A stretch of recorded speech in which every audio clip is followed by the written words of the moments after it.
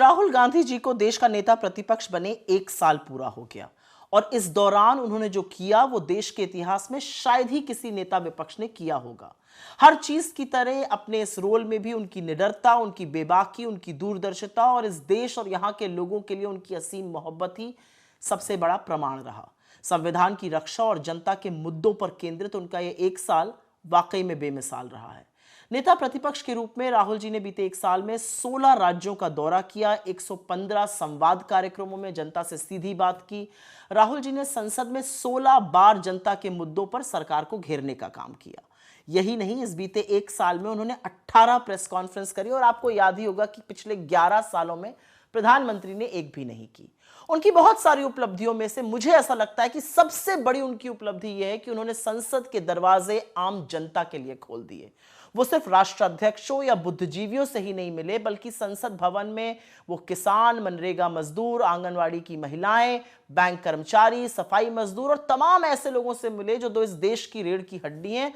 उनके समस्याओं पर चर्चा की। राहुल जी ने तानाशाह सरकार की घृणित मंशा को चुनौती देते हुए संसद भवन उन किसान और अन्नदाताओं को बुलाया जिनके दिल्ली आने पर सरकार ने रोक लगाई थी। उन्होंने आंगनवाड़ी कार्यकर्ताओं से मुलाकात करके उनका दर्द समझा और देश के हर व्यक्ति तक उनकी समस्याओं को पहुंचाया। उनके मानदेय को बढ़ाने के लिए सरकार पर दबाव डाला।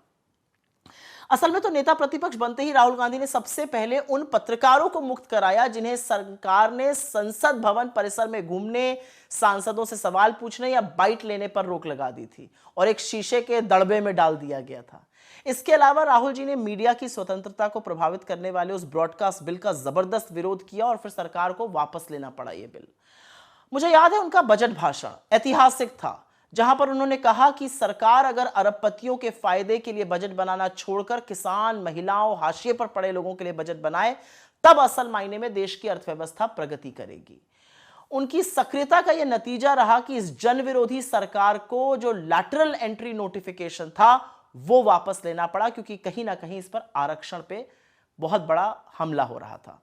जब राहुल जी जलते हुए मणिपुर पर सरकार की नाकामी को जनता की सबसे बड़ी अदालत में बेनकाब कर रहे थे, तब मजबूर होकर मोदी सरकार को वहां पर राष्ट्रपति शासन लगाना पड़ा। असल में नेता प्रतिपक्ष के रूप में राहुल गांधी मणिपुर के उन रिलीफ कैंप्स में गए जहां पर उन्होंने लोगों के आंसू पोंछे, उनको न्याय का विश्वास दिलाया और वहां से आने के बाद जब भी मौका मिला, संसद हो या सड़क हो, उन्होंने मणिपुर के बारे में इस देश को जताया, बताया।